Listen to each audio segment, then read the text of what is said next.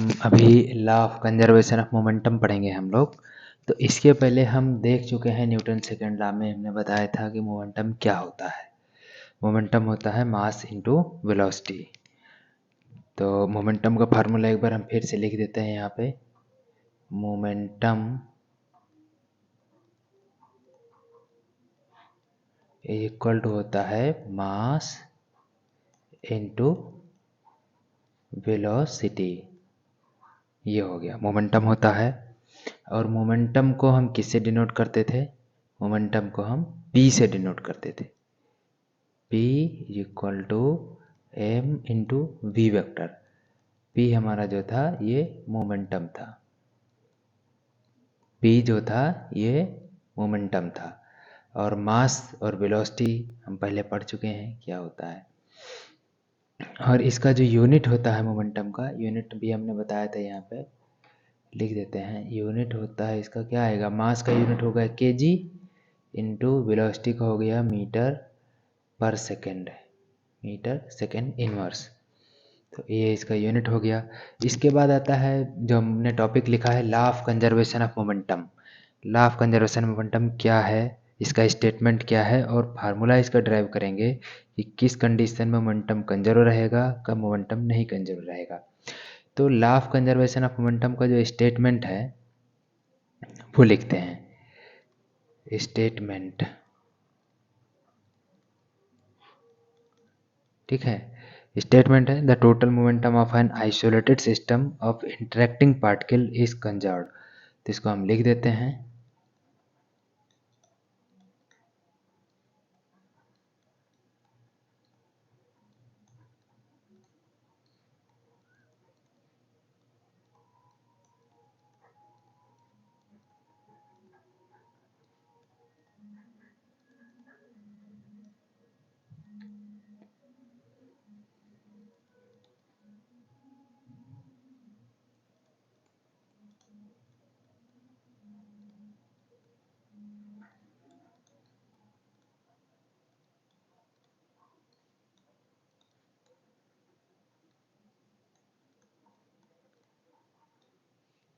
Total momentum of an isolated system of interacting particles is conserved.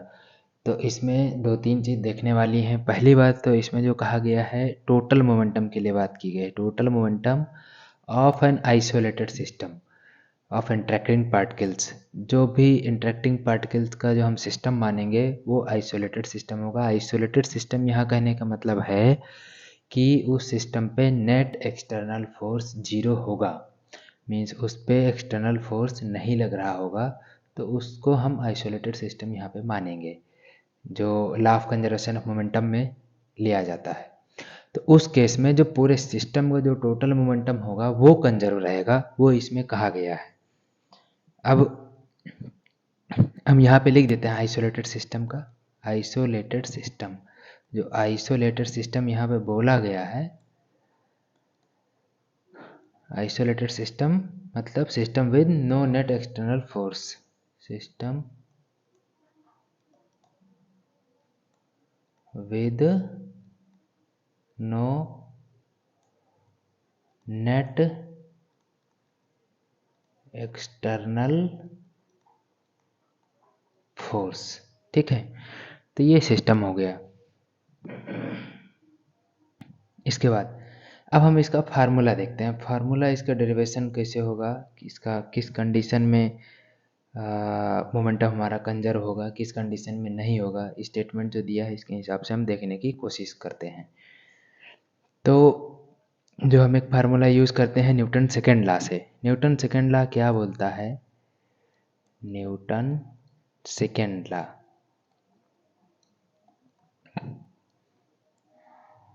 Newton second law से जो आता है वहाँ पे पता चलता है कि F net external applied force, F applied हमने लिखा है, इसका मतलब है net external applied force is equal to क्या फार्मूला आता है? dp upon dt। ये आता है dp अपॉन dt, ये न्यूटन सेकेंड लॉ से आता है। इसके बाद हम देखेंगे, ये न्यूटन सेकेंड लॉ का फार्मूला था।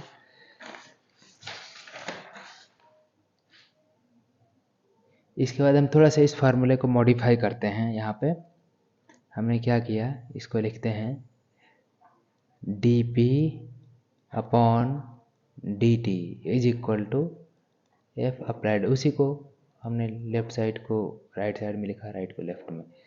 यहाँ से क्या आएगा, अगर हम dt को उस साइड ले जाएं f के साइड में, तो क्या आएगा हमारे पास dp is equal to F applied force, external applied force जो था, और इंटू dt ये आएगा। इसके बाद हम क्या करेंगे, इंटीग्रेटिंग बोथ साइड, दोनों साइड को इंटीग्रेट करते हैं। इंटीग्रेशन ऑन बोथ साइड, दोनों साइड में इंटीग्रेशन करेंगे for time t1 to t2, ये कुछ भी टाइम मान सकते हैं टाइम इंटरवल के लिए, तो वहाँ डाल देंगे। तो यहाँ पे अगर इंटीग्रेशन लिखते हैं, integration dp is equal to क्या आएगा, इंटीग्रेशन f जो एक्सटर्नल अप्लाइड फोर्स है डॉट dt आ गया। इसको मान सकते हैं कि t1 t इनिशियल से t फाइनल, या t1 से t2 लिख देते हैं इसको, t इनिशियल t फाइनल कर दो। ये p इनिशियल था यहाँ पे और p फाइनल है, ठीक है। इसको हम dp का इंटीग्रेशन क्या आएगा, डेल्टा p आएगा इसका, और इज इक्वल टू इसका इंटीग्रेशन अभी हम आगे देखते हैं कितना आएगा। इसको ऐसे लिख देते हैं अभी, एक्सटर्नल अप्लाइड फोर्स हो गया और डॉट dt हो गया, इनिशियल टाइम से t फाइनल टाइम तक हो गया। इसको हम क्या लिख सकते हैं, डेल्टा p को p final minus p initial इतना लिख सकते हैं, इज इक्वल टू इसको लिख सकते हैं f अप्लाइड फोर्स जो था डॉट dt, इनिशियल टाइम से फाइनल टाइम तक जो भी है। इसके बाद हमारे पास दो केस हैं, देखते हैं। इसके बाद हमारे पास दो केस है। पहला है जैसा कि स्टेटमेंट में कहा गया है law of conservation of momentum में, कि जब जो आइसोलेटेड सिस्टम है उस पे नेट एक्सटर्नल फोर्स 0 होगा, उस कंडीशन में उस सिस्टम का टोटल मोमेंटम कंजर्व होगा। तो हम पहला केस मानते हैं कि एक्सटर्नल फोर्स जो है 0 है हमारे पास। यहाँ पहला केस क्या मानते हैं कि external force on system is 0, मतलब आइसोलेटेड सिस्टम है। आइसोलेटेड वहाँ इसीलिए बोला गया था। तो यहाँ पर क्या आएगा, P फाइनल माइनस का P इनिशियल, पहले जिसके पहले इक्वेशन हम निकाले थे वहाँ पे रखते हैं। ये क्या हो गया, F applied force dot dt, और यहाँ से हमको पता है कि एक्सटर्नल अप्लाइड फोर्स 0 है, जैसे कि हमने ऊपर माना हुआ है। तो इस केस में क्या होगा कि ये आ गया P फाइनल माइनस का P initial is equal to 0। तो P फाइनल P इनिशियल को उधर ले जाएंगे, इक्वल टू क्या आया, P इनिशियल आया। तो यहाँ से हम बोल सकते हैं कि जो फाइनल मोमेंटम है सिस्टम का, total final momentum is equal to total initial momentum of system. यहाँ लिख सकते हैं total final momentum of system is equal to total initial momentum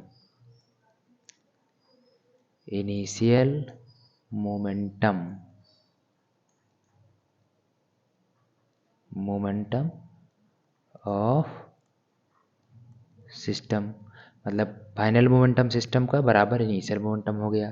तो इसको बोल सकते हैं कि momentum, total momentum of system is conserved. यहाँ पे लिख सकते हैं total momentum of system is conserved. ये पहला केस हो गया। इसके बाद हम दूसरा केस देखते हैं, जब हमारा नेट एक्सटर्नल फोर्स 0 नहीं होगा। Second case,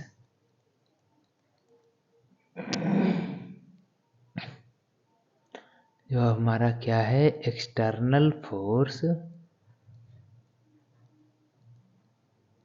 on system, external force on system is non zero, non zero मतलब कुछ ना कुछ फोर्स लग रहा है।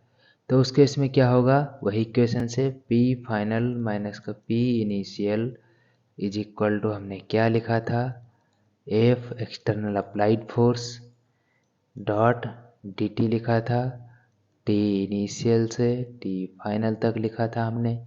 और यहाँ पर F अप्लाइड फोर्स जीरो नहीं है, जो एक्सटर्नल अप्लाइड फोर्स है सिस्टम पे, ये हमने जीरो नहीं माना है।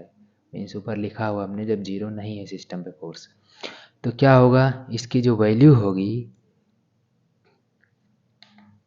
इसकी जो वैल्यू होगी P फाइनल माइनस का P initial is equal to क्या लिख सकते हैं, यही है F अप्लाइड, वही रहने देते हैं applied force dot D T initial से T फाइनल तक। ये एक जीरो के बराबर नहीं होगा, जीरो के बराबर नहीं होगा, तो यहाँ से हम बोल सकते हैं कि P फाइनल माइनस का P initial does not equal to zero है, जीरो के बराबर नहीं है, means P final does not equal to P initial. यहाँ से बोल सकते हैं कि total final momentum, final momentum of system is not equal to total initial momentum,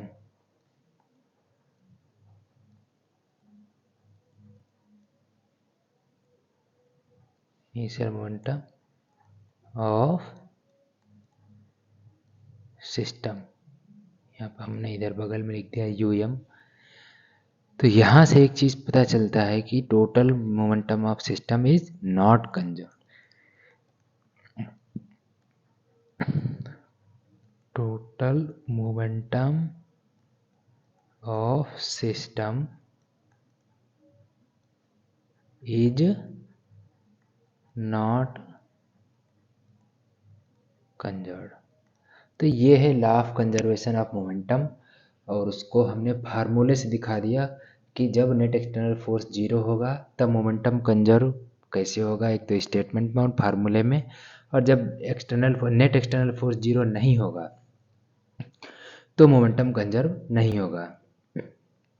यहाँ पे एक देखने वाली बात है, हमने लिखा है कि external force on system is non zero, यहाँ पे होना चाहिए नेट एक्सटर्नल फोर्स, क्योंकि नेट एक्सटर्नल फोर्स अगर नॉन जीरो है तभी वहाँ पे मोमेंटम कंजर्व नहीं होगा। अगर नेट एक्सटर्नल फोर्स भी जीरो है जिस डायरेक्शन में, तो उस डायरेक्शन में मोमेंटम कंजर्व हो जाएगा सिस्टम का। लाइक हम एक एग्जांपल से देखते हैं। सपोज हमारे पास कोई ऑब्जेक्ट है,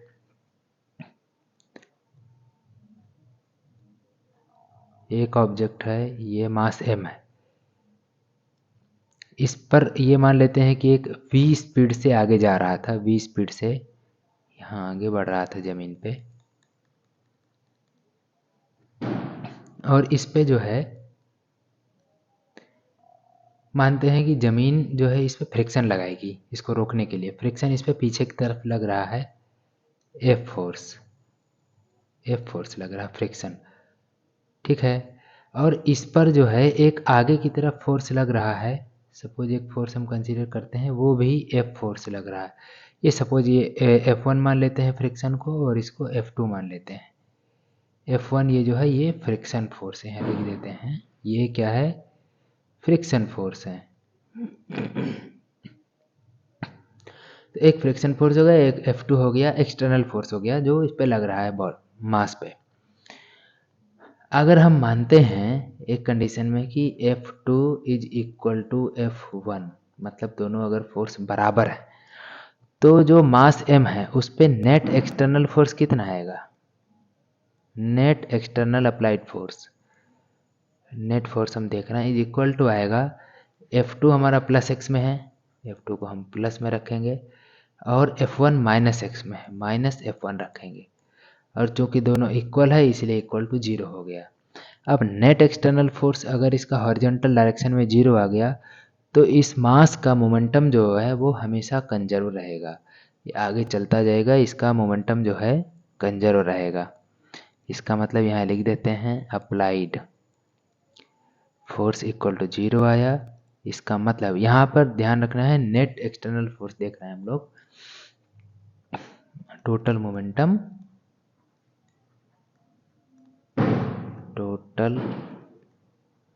मोमेंटम विल बी कंजर्व्ड, ये चीज ध्यान रखना है। ये इसका एग्जांपल हो गया। ओके, इसके बाद में अब आगे देखेंगे इसके क्वेश्चंस।